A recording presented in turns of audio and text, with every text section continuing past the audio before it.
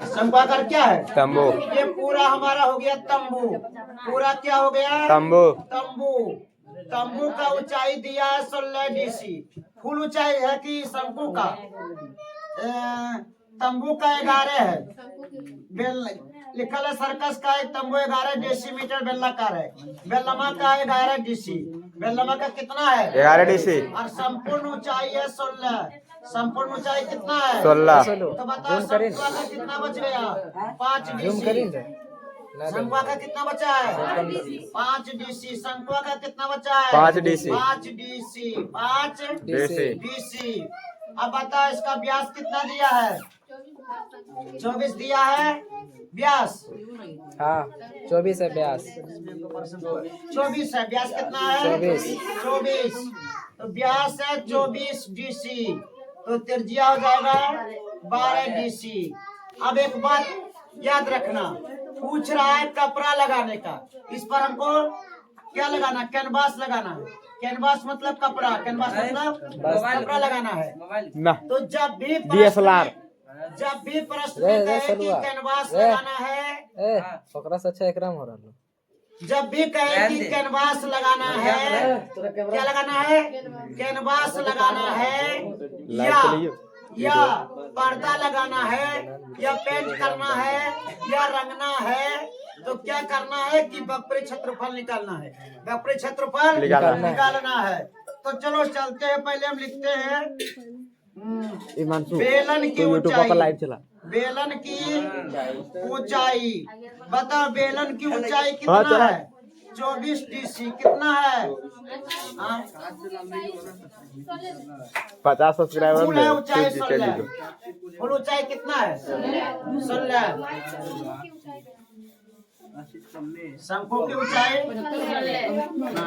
पूरा पूरा अरे चल जी तो 16। 50 में चला है। पता पूरा ऊंचाई है 16। पूरा ऊंचाई क्या है? लाइव 16। अब बेलना का ऊंचाई क्या है? 11। बेलना का ऊंचाई क्या है? 11। तो शंकु का कितना बचा है? तो बता बेलन की ऊंचाई 11 DC। कुल ऊंचाई कुल ऊंचाई 16 DC। 16। अब क्या करना है? शंकु की ऊंचाई निकालना है। शंकु की ऊंचाई, तो शंकु की ऊंचाई के लिए घटाना है। 16 में से 11 आ जाएगा 5 DC। अब व्यास लेते हैं तो है 24 DC। और त्रिज्या हो जाएगा दोनों का त्रिज्या हो जाएगा 24/2 बराबर 12 DC। बराबर में यहाँ तक कोई दिक्कत है? नहीं। अब क्या करना है? अब निकालना है L का मान। तिर्यक ऊंचाई L बराबर क्या निकलवी? तिर्यक ऊंचाई L बराबर नहीं, तभी वक्र क्षेत्रफल निकलता है। तो तिर्यक ऊंचाई L बराबर सूत्र है h² + r², है ना? अब h का मान क्या है? चाम h का मान क्या दिया है? शंकुआ वाला 5 है, तो 5² + 12 कहाँ है? 12। अब बताओ 5 × 5 था। अब 12 × 12 का जोड़ देंगे तो 169। 169 के वर्गमूल 13 DC हो गया। यहाँ तक कोई दिक्कत है?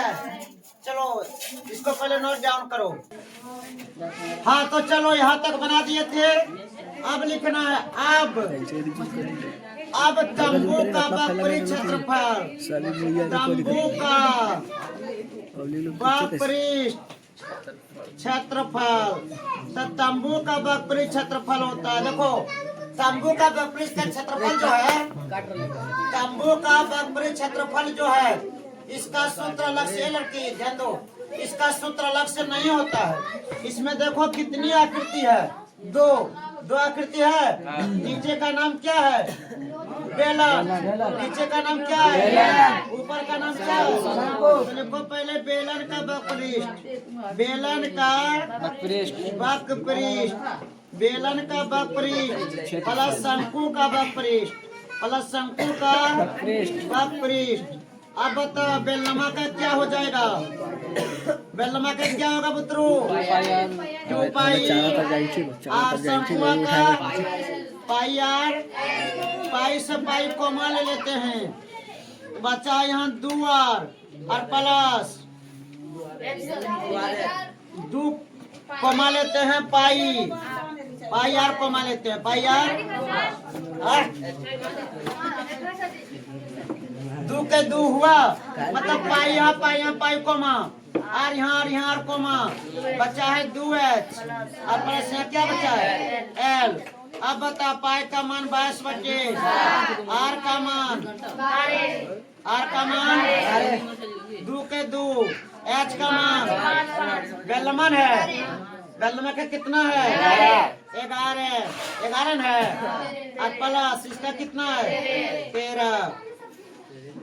22/7 गुना 12, 11 दूना 22 प्लस 13 कितना होगा 22/7 गुना 12 कितना होगा 35।